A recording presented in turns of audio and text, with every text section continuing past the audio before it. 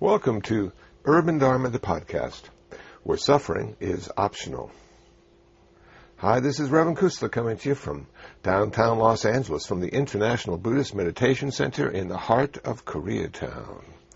It's a warm and sunny day in Los Angeles, and what you're about to hear is a talk I gave on May 10th at Chadwick School in Palos Verdes, California, to a comparative religions class. The teacher, Terry Andrews, emailed me some of the questions the students had, and I took those questions with me and encouraged some live questions as well.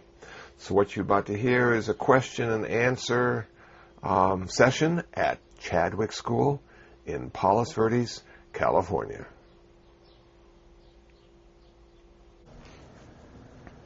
Okay, well, really good questions. And so I'm going to start with the longest answer, one of the shortest questions and the longest answer. And so I was doing my research last night. And this came from the 1105 class, number one. Anybody here from 1105, number one? Okay. Is there a creation myth in Buddhism? According to Buddhism, how did the world come into being? So anybody think there's a creation myth in Buddhism? After all your reading and stuff? Yeah, it really seems like there isn't one. But as it turns out, there is one. And it's found in the Digha Nikaya. And I'm going to leave this with you so you can have your very own copy of the Buddhist creation myth.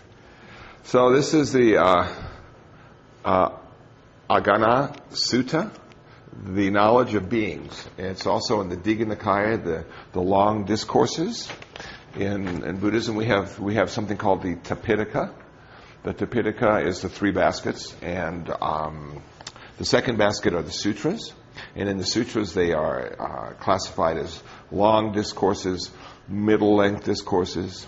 So we have the Digha Nikaya, the Majjhima Nikaya, the Anguttara Nikaya, which are the numbered discourses. This is found in number 27 of the long discourses. And so somebody was asking the Buddha about, well, how did this thing all start, you know? And in Buddhism, there's always a moral aspect to it. It's never just totally philosophical, though it seems like it sometimes, but there's always a moral thing happening. So I'm just going to read some of this, but for me this was really fascinating because when I first became aware of creation myths, I was looking at it in just a really sort of relative, practical way, that this is how the world started.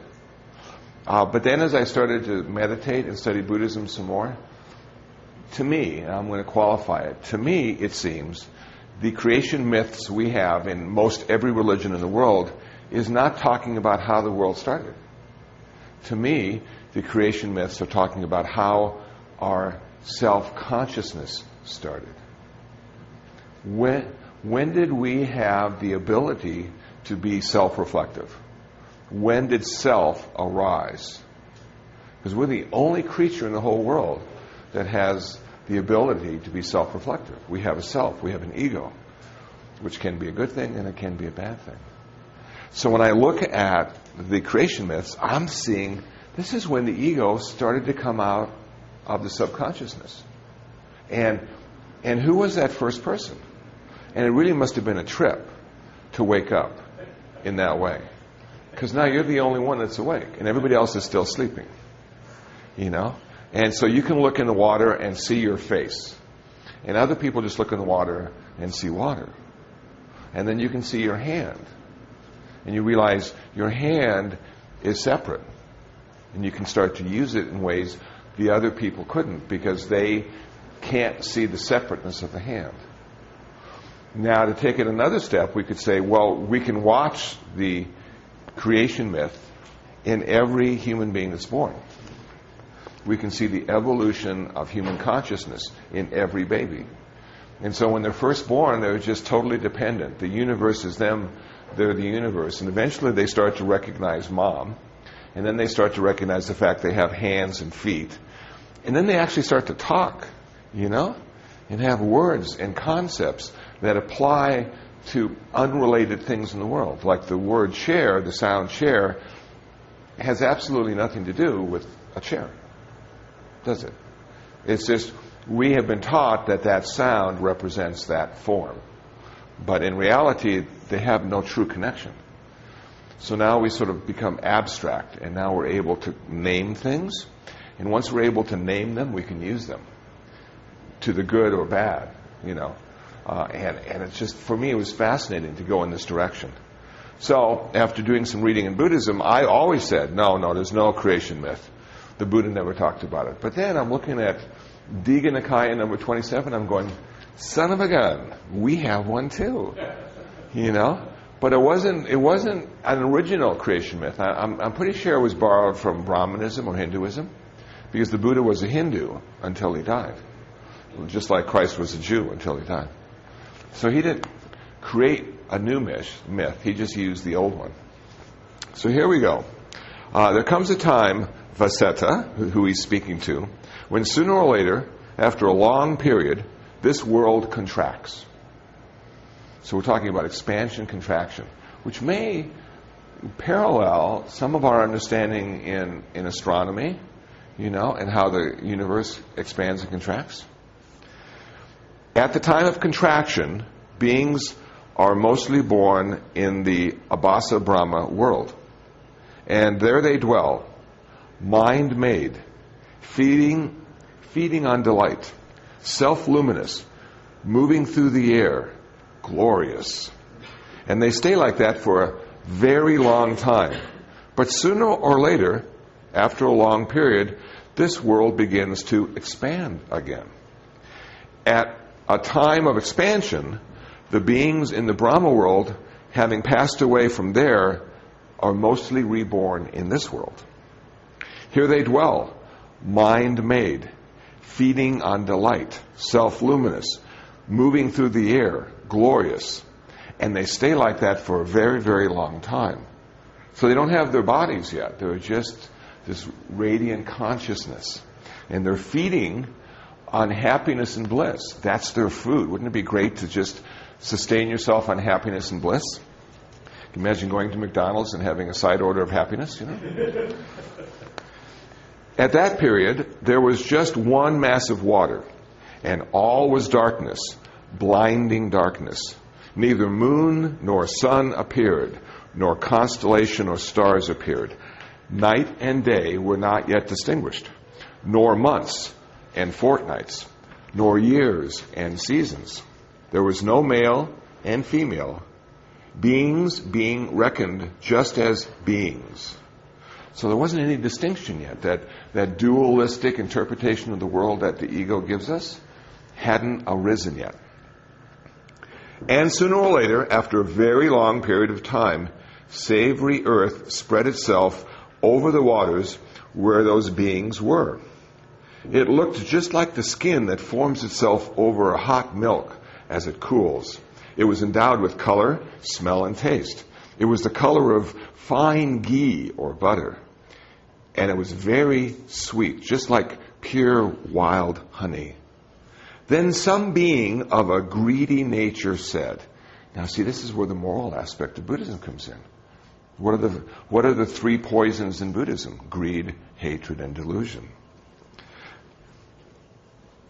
This greedy being with a greedy nature said, I say, what can this be? And tasted the savory earth on its finger. In so doing, it became taken with the flavor and craving, and it arose. Now, doesn't that sound sort of like Eve eating the apple? Don't eat the apple. So this guy puts his finger in the ghee-like earth and tastes it and says, wow, that is so cool. They too were taken with the flavor, and craving arose in all of them. So they set out to, with their hands, breaking up pieces of this stuff in order to eat it. And as a result, their self-luminous disappeared. And as a result of the disappearance of their self-luminous, the moon and the sun appeared. Night and day were distinguished. Months and fortnights appeared, and the year and its seasons. To that extent, the world re-evolved. So here we go. You can see that connection in there? And those being continued for a long time feasting on the savory earth, feeding on it and being nourished by it. And as they did so, their bodies became coarser and a difference in looks developed among them. Some beings became good-looking, while others became ugly. And the good-looking ones were despised by the others, saying, "We are better looking than they are."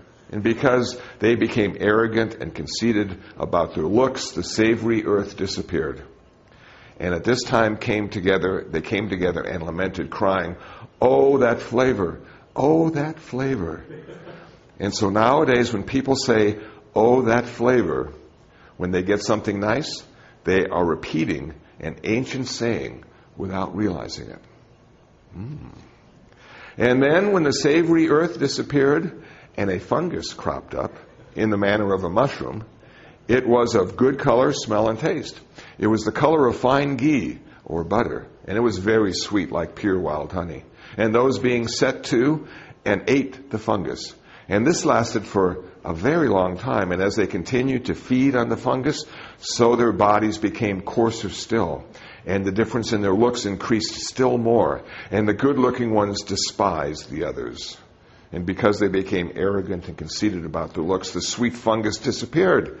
Next, creepers appeared, shooting up like bamboo, and they too were very sweet, like pure wild honey. And those being set to and fed on those creepers. And as they did so, their bodies became even coarser. And the difference in their looks increased still more. And they became more arrogant. And so the creepers disappeared too. At this, they came together and lamented, crying, "Alas, our creepers are gone. What have we lost?" And so now today, when people, one being asked why they are upset, they might say, "Oh, what have we lost?" And they are repeating an ancient saying without realizing it. And then after the creepers disappeared, rice appeared in open spaces, free from powder and from husks, fragrant and clean grain. And what they say had taken in the evening for supper and had grown again and was ripe in the morning, and what they had taken in the morning for breakfast and was ripe again in the evening, with no sign of reaping. And these being set to and fed on this rice, and this lasted for a very long time. And as they did so, their bodies became coarser still, and the difference in their looks became even greater. And the female